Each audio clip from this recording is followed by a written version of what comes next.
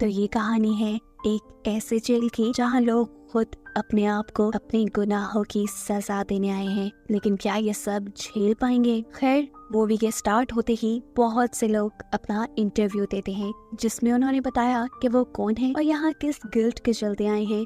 इन्हीं में हम ट्रैम्पवान से भी मिलते हैं, जो है इस मूवी की लीड कैरेक्टर। वो यहाँ आई थी सभी की तरह अपने आप को सजा देने के लिए, क्योंकि वो अपने आप को एक बच्चे की मौत का जिम्मेदार समझती है। यहाँ आने से पहले वो एक स्कल्पचर आर्टिस्ट थी। उसने एक पूरा शो ऑर्गेनाइज किया था जानवरों के खूनखार रूप पर। उसने बहुत सारे जानवरों के खूनखार रूप के स्कल्पचर्स बनाए थे जो बहुत ही खतरनाक थे, और यही उसने अपने बॉयफ्रेंड को भी इनवाइट किया था। उसका बेटा खेलते हुए गलती से उन स्कल्पचर्स से इतनी बुरी तरह टकराया कि उसके स्कल्पचर्स के नुकीले हाथ उसकी आंख में स्टैब हो गए, जिसकी वजह से वो वहीं पर मारा गया, यानी उसकी मौत हो गई। ट्रैम्पवान उसकी मौत का जिम्मेदार अपने आप को इसलिए मानने लगी कि उसने ही इन नुकीले स्कल्पचर्स के आगे बैरियर लगाने से मना किया था। अब इस जेल में वो अपने आप को सजा देने के लिए तो पहुंच गई, पर बिना इसके खतरों और नतीजों को जाने। यहाँ पर उसका रूममेट है जमान। जमान एक मैथमेटिशियन है और मैथ के जुनून ने उससे उसकी जॉब, फैमिली सब को दूर कर दिया, क्योंकि कुछ वर्ष पहले उसके दिमाग में एक नई इक्वेशन आ गई थी जिसे सॉल्व करने में उसने सालों वेस्ट कर दिए, लेकिन आज तक भी वो उसे सॉल्व नहीं कर पाया। वो ट्रैम्पवान से भी इस इक्वेशन को सॉल्व करने को कहता है। इक्वेशन थी -1 का अंडर रूट क्या होगा। ट्रैम्पवान इसे सॉल्व नहीं कर पाती। उसे लगा कि ये तकरीबन इम्पॉसिबल है, और इसी इम्पॉसिबल चीज के पीछे तो वो पड़ा हुआ था अपने दिमाग में चलने वाले लूसर और गट फीलिंग को कम करने के लिए। वो भी यहाँ पर आ गया। खैर, अब हम यहाँ के मास्टर से मिलते हैं, जो इस पूरी ऑर्गेनाइजेशन यानी इस जेल को लीड करता है। वैसे तो इस जेल को बनाने वाला कौन है वो अभी तक नहीं बताया गया, लेकिन ये मास्टर खुद एक कैदी है और इसका एक पूरा ग्रुप है। ये जेल एक टॉवर नुमा जेल है, जिसके अंदर 362 से भी ज्यादा फ्लोर्स हैं। हर रोज सबसे ऊपर वाले फ्लोर से खाना मिलना शुरू होता है और पहले फ्लोर को 1 काउंट किया जाता है। खाने की डिस्ट्रीब्यूशन पहले फ्लोर से शुरू होती है, फिर दूसरे पे, तीसरे पे, ऐसे एक एक करके हर फ्लोर पे जाती है। मास्टर का ग्रुप, जिन्हें लॉयलिस्ट कहा जाता है,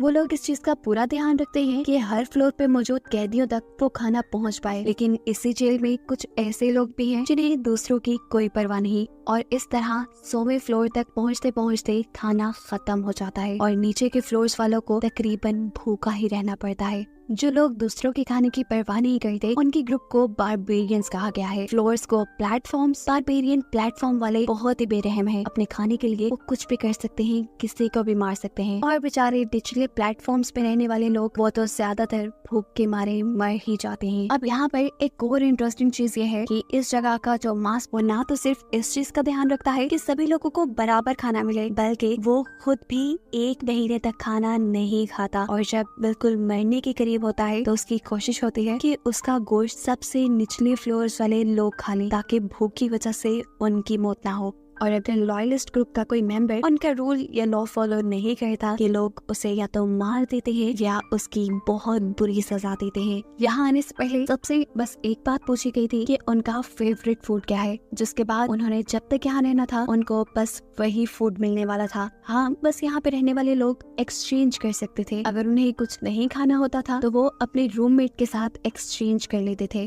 और ये भी बस तभी हो पाता था जब ऊपर रहने वाले लोग उन तक खाना पहुँचने देते। तो ऊपर के फ्लोर्स पे रहने वाले लोग नीचे वाले फ्लोर्स के ऊपर नजर रखते थे, और कोई भी अगर अपना रूल तोड़ने की कोशिश करता था या फिर किसी दूसरे का खाना खाने की कोशिश करता था, तो ऊपर से इन्हें सजा मिल जाती थी। सजाओं में या तो उनका हाथ काट दिया जाता था या फिर उन्हें मार भी दिया जाता था। और अगर कोई इस जेल में मर जाए तो उसका खाना किसी दूसरे को देने की इजाजत नहीं फिर भी, बल्कि उसका खाना यहाँ पर वेस्ट कर दिया जाता है। ट्रैम्पवान जब यहाँ पर आई तो उसे प्लेटफॉर्म 24 मिला, जिसके चलते उस तक काफी खाना पहुंच जाता था। लेकिन हर महीने ये जेल रीसेट होता था। ऊपर के प्लेटफॉर्म्स के लोग नीचे और नीचे के लोग ऊपर जाया करते थे। हर एक को नया प्लेटफॉर्म मिल जाता था, और वो जब 174th फ्लोर पे गई तो उसके पास खाना बहुत कम पहुंचने लगा। और यहाँ पर भी फिर लॉयलिस्ट उनके ऊपर रूल्स लागू कर देते थे कि तुम लोगों ने अपने खाने में से कुछ हिस्सा छोड़ना भी है, ताकि नीचे वाले खाना खा पाए।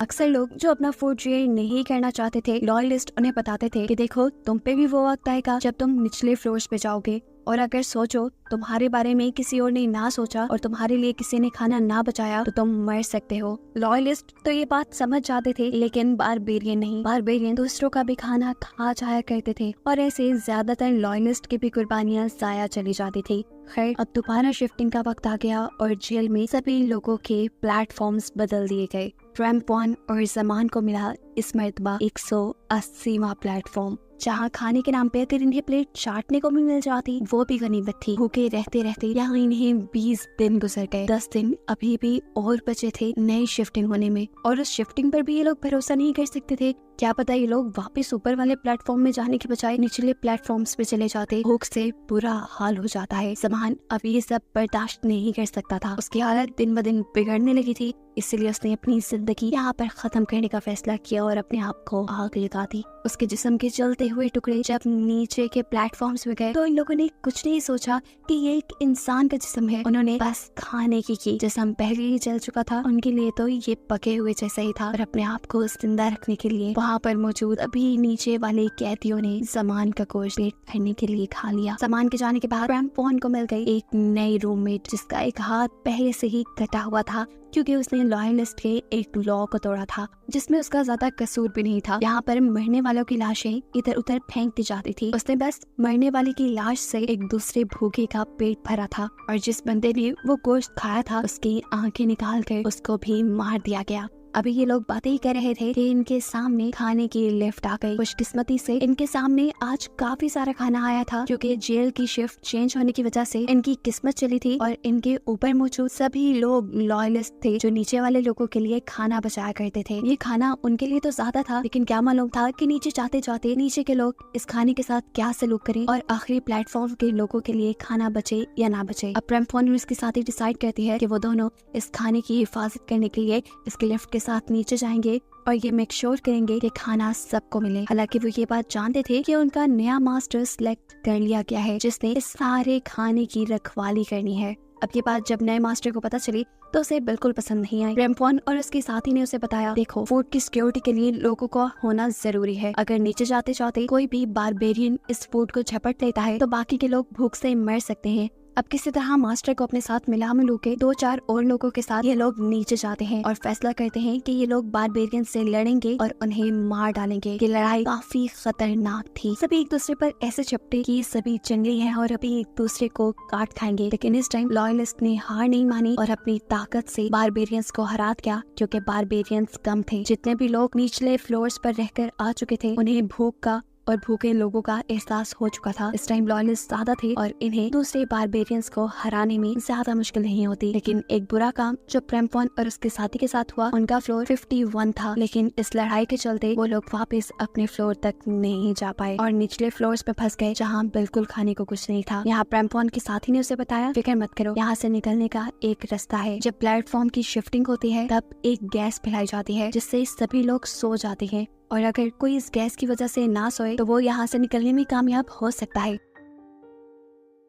अब इन्हें बस 1 महीना ही और काटना था शिफ्टिंग के वक्त का। ये लोग बेसब्री से इंतजार कर रहे थे, लेकिन उससे पहले ही लॉयलिस्ट ने मिलकर इन्हें सजा देने की ठान ली, क्योंकि इन्होंने लॉयलिस्ट के कानून तोड़े थे और अपना फ्लोर भी छोड़ दिया था। अब क्योंकि ट्रैम्पॉन की साथी ने दूसरी मर्तबा रूल तोड़े थे लॉयलिस्ट के, तो इसकी सजा में उसे जान से मार दिया जाता है। जबकि ट्रैम्पॉन को ये लोग बुरी तरह बांध कर उसका हाथ काट देते हैं। ट्रैम्पॉन की साथी को खाने के टेबल के साथ बांध कर निचले फ्लोर्स पर भेज दिया जाता है, जहाँ के लोग न जाने कितने वक्त से भूखे थे। वो लोग उसकी बॉडी को चीर फाड़ कर आ जाते हैं। ट्रैम्पॉन उस लड़की की मौत से बहुत ज्यादा दुखी थी। इस मर्तबा वो 72वें प्लेटफॉर्म पे थी और उसका रूममेट एक बूढ़ा आदमी था जिसके पास एक चाकू भी था। ट्रैम्पॉन उसे चाकू ले लेती है क्योंकि अब उसके दिमाग में एक नई प्लानिंग चल रही थी। वो अब बारबेरियंस के बजाय लॉयलिस्ट से बदला लेना चाहती थी, जिसने उससे उसका हाथ और उसकी साथी को छीन लिया। हालांकि वो अच्छा काम कर रहे थे, उसे अब लॉयलिस्ट से ज्यादा बेहतर बारबेरियंस लगने लगे थे। बेशक वो किसी का खाना चुरा लेते थे,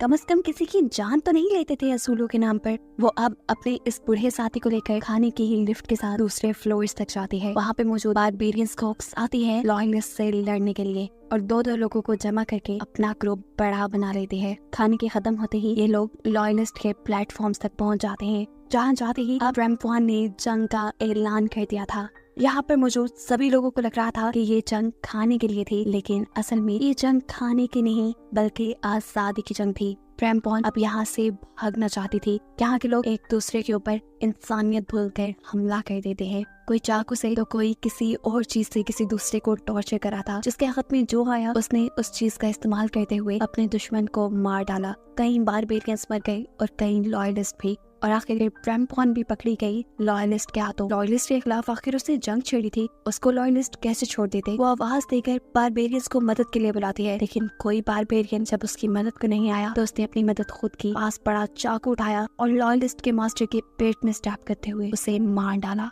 बेतहाशा लोग मर चुके थे। अब खाने की लिफ्ट जैसे ही दोबारा चली तो मरे हुए लोग उसके साथ नीचे गिरने लगे, और ऐसे नीचे वाले भूखे लोगों को खाना मिल गया। इसी लिफ्ट के साथ चलते चलते क्रैम्पॉन भी 331वें प्लेटफॉर्म तक पहुंच गई, जहां सांस लेना या जिंदा रहना इंतहाई मुश्किल था। लाशों का एक ढेर था यहाँ पे। यहीं पर क्रैम्पॉन को एक बच्चा मिलता है जिसके सर से खून निकल रहा था। वो इस बच्चे को बचाती है क्योंकि उसने सुन रखा था कि बच्चों का यहाँ पर जिंदा रहना आसान है। बच्चों को यहाँ पर खाना दे दिया जाता है। बच्चे ऊपर वाले प्लेटफॉर्म्स पे भी जाते हैं, लेकिन जैसे ही ये बच्चे बड़े हो जाते हैं तो इसी सारी खाने की लड़ाई का शिकार हो जाते हैं। क्रैम्पॉन अब उस बच्चे को लेकर जाना तो ऊपर चाहती थी, लेकिन लिफ्ट ने अभी पहले 2 फ्लोर और नीचे जाना था और फिर ऊपर का सफर तय करना था। लिफ्ट जैसे ही आखिरी फ्लोर पर पहुंचती है, यहाँ पर एक हंगामा हो जाता है। यहाँ के सालों भूखे पासियों ने काफी ईयर से बाद किसी चीज की खुशबू सूंघी थी, चाहे वो खुशबू इंसान की थी, लेकिन उन्हें खाने के ख्याल के अलावा कोई दूसरा ख्याल नहीं आता। वो इंसानों को भी अपना खाना समझने लगे थे। बस वो वक्त दूर नहीं था कि लोग इन दोनों पे हमला करके इन्हें खा जाते। मतलब साफ था कि क्रैम्पॉन ने यहाँ से निकलने की कोशिश तो की, लेकिन वो बुरी तरह नाकाम हो गई। वो यहाँ से कभी निकल नहीं सकती और बस उसे यही फंसा दिखाकर ये कहानी यही खत्म हो जाती है।